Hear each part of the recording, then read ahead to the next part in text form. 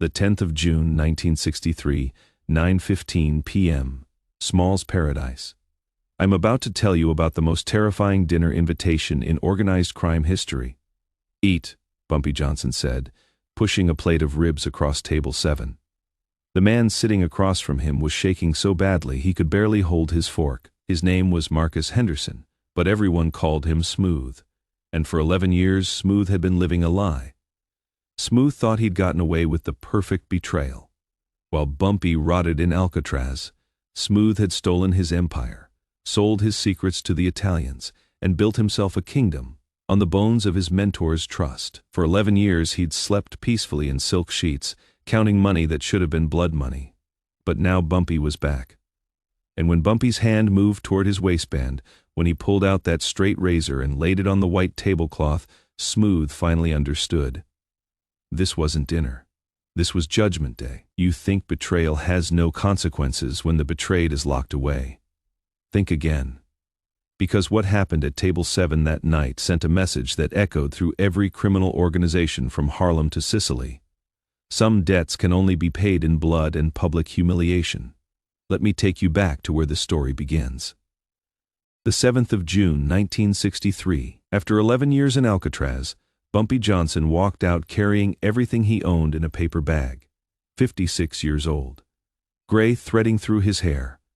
But his eyes still held that cold, calculating stillness that had made him the king of Harlem. Most men would have gone home first, not Bumpy. He went straight to Johnny Bird's apartment on 145th Street. Johnny was waiting.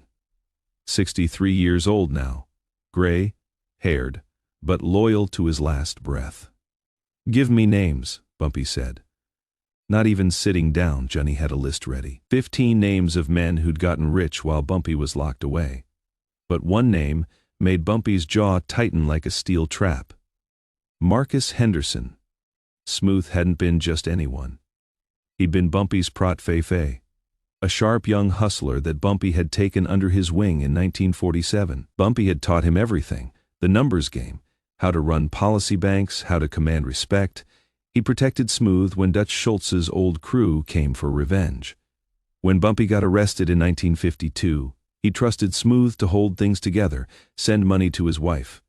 For 2 years, Smooth did exactly that. Then the money stopped, the letters stopped, and Smooth had made a deal with the devil himself. Vito Genovese. Smooth had given up everything. The locations of Bumpy's policy banks, which cops were on the payroll, where the cash houses were hidden. In exchange, the Italians let Smooth keep 125th Street for himself. For 11 years, Smooth had been living like a king, Italian suits, a midnight blue Cadillac Eldorado, a penthouse in Mount Morris Park, 40 men on his payroll, 5 policy banks running numbers, and every Friday night he held court at Small's Paradise, like he'd built it all himself. Bumpy had spent 11 years in Alcatraz thinking about that betrayal, 11 years planning what came next. "Where does he eat?" Bumpy asked. "Small's Paradise," Johnny replied. "Every Friday night. Table 7, 9 o'clock, like clockwork." Bumpy looked at his watch. It was Friday, 6 p.m. Get me a table, right next to his. By 8:45, Small's Paradise was filling up. Weekend crowd arriving. Hustlers, musicians, working folks, spending their paychecks on good food and cold beer. The jazz combo was warming up. At 8:50 p.m., Bumpy Johnson walked in. He was wearing the same charcoal gray suit he'd worn on the train from California. He looked like a ghost, like something from Harlem's past walking into its present. The restaurant didn't go silent, but conversations shifted. Old-timers recognized him immediately. Younger hustlers whispered, "That is Bumpy Johnson. I thought he was dead. Men got out of Alcatraz 3 days ago." Bumpy walked to table 8, right next to where Marcus Henderson held court every Friday night. Johnny Bird was already sitting there along with Willie Fish Jackson and Raymond Quick Lewis, 3 old-timers who'd stayed loyal. Bumpy sat with his back to the wall facing the entrance. Old habits from a life where survival meant never giving anyone a clear shot. At exactly 9 p.m., Marcus Smooth Henderson made his entrance. 38 years old, dressed in a cream-colored suit with a burgundy tie, diamond rings on 3 fingers, gold watch, 4 bodyguards who looked like they'd never missed a meal. Smooth was laughing, holding court before he even sat down, acting like he owned the place. In many ways he did. His protection money kept Small's Paradise operating without police raids. That is when Smooth saw him, Bumpy Johnson, sitting calmly like he'd never left. Like 11 years in federal prison had been an extended vacations. Smooth stopped mid-step. The blood drained from his face. His bodyguards noticed the change, followed his gaze, and their hands moved toward their waistbands. But Bumpy didn't move, just looked at Smooth with those empty, calculating eyes. "Marcus," Bumpy said quietly, his voice carrying across the restaurant. "Come sit with me." It wasn't a request. Smooth's bodyguards tensed. One of them, Leon, stepped forward. "Mr. Henderson, you don't take meetings without." Johnny Bird stood up slowly. He was 63 and looked harmless, but the .45 automatic in his hand looked deadly serious. The man said, "Sit down," Johnny said softly. Suddenly, guns were everywhere. Smooth's 4 bodyguards had their hands inside their jackets. Johnny had his .45 Willie Jackson produced a sawed-off shotgun from under the table. Quick Lewis had a revolver pointed at Leon's chest. The restaurant's attention changed. Everyone knew they were witnessing something historic. "Tell your boys to go home, Marcus," Bumpy said. "This conversation is between you and me." Smooth's hands were shaking. He looked at his bodyguards, looked at the guns, looked at Bumpy's terrifyingly calm face. "Go," Smooth whispered to his crew. "Boss," Leon started. "I said go." When they were gone, Bumpy gestured to the empty chair. "Sit." Marcus Henderson sat. Bumpy signaled a waiter. "Bring us a plate of your best ribs," Bumpy said, "and 2 glasses of bourbon." The waiter practically ran to the kitchen. The restaurant was dead silent now. 250 people watching table 7 like it was a stage. The food arrived. The waiter set down steaming ribs, glazed with sauce. 2 glasses of bourbon. Then he disappeared. Bumpy pushed the plate toward Smooth. "Eat." Smooth stared at the ribs like they were poison. "I am not hungry, Bumpy. Listen, I can explain." "Eat," Bumpy repeated, and this time his hand moved to his waistband. "Because this is your last meal." That is when understanding hit Smooth. This wasn't a negotiation. This was an execution with an audience. "Bumpy." "Please."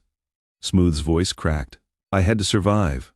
You were gone. The Italians were taking everything. I made a deal to save the organization." "You made a deal to save yourself," Bumpy said quietly. "You gave them my policy banks, my collectors, my people. You told Genovese everything. And then you kept the money that should have gone to my wife." Tears ran down Smooth's face.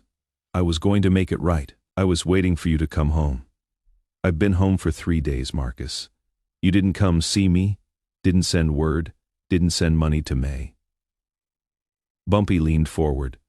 "You thought I was never coming back." "Please, Bumpy, I'll give it all back. Everything. Just tell me what you want." "I don't want it back from you," Bumpy said. "I am taking it back from you. There is a difference." Bumpy's hand moved to his waistband, but he didn't pull out a gun. Instead, he withdrew something that made every person watching draw a sharp breath, a straight razor.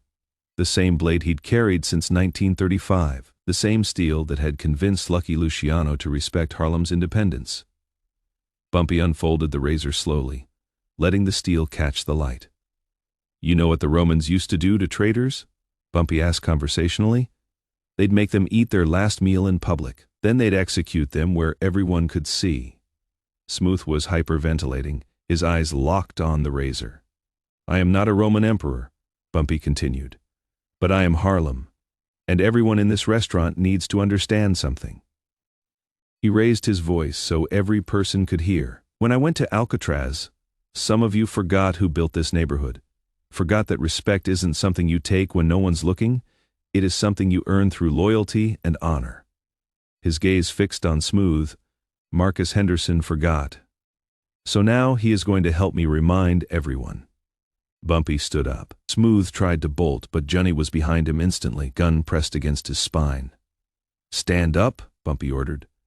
Smooth stood on shaking legs. Bumpy walked around the table until he was face to face with his betrayer.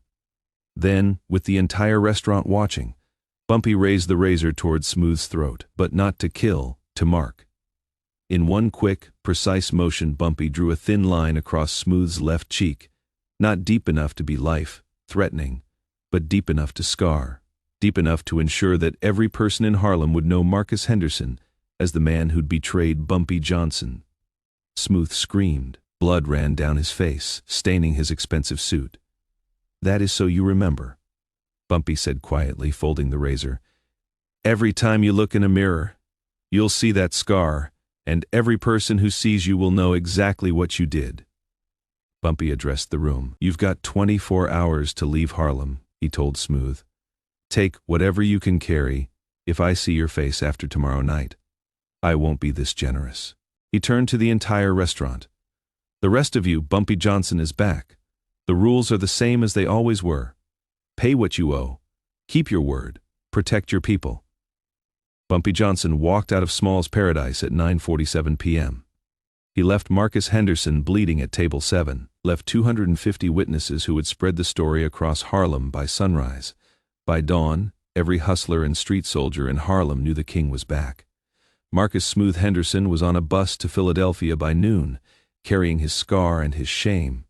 He never returned. That scar became his brand, a permanent reminder of what happens when you mistake temporary advantage for permanent victory.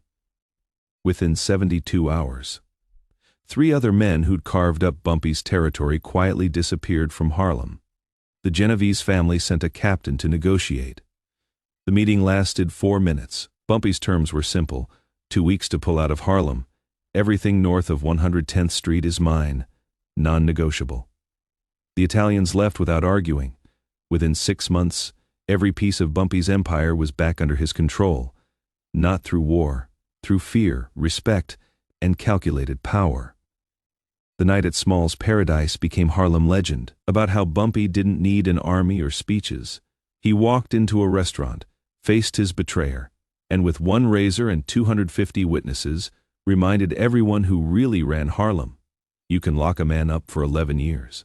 You can steal his money, take his territory, turn his people against him, but you can't take his throne if he is a real king. Bumpy Johnson proved something that night. Power isn't about who has the most guns or money. It is about who commands the most respect. And respect isn't given freely. It is earned through loyalty, intelligence, and the absolute certainty that some men will always keep their promises, no matter how long it takes. Marcus Henderson betrayed him for money. The Italians challenged him for territory. Every traitor thought Bumpy was finished. They all learned the same lesson that night at table 7. Bumpy Johnson doesn't make threats. He makes promises. And he keeps every single one, no matter how long you make him wait. That is why they called him the Godfather of Harlem, not because he was the most violent, but because he understood something his enemies never did. True power isn't about what you can take. It is about what people choose to give you out of respect, and respect, once earned, never expires.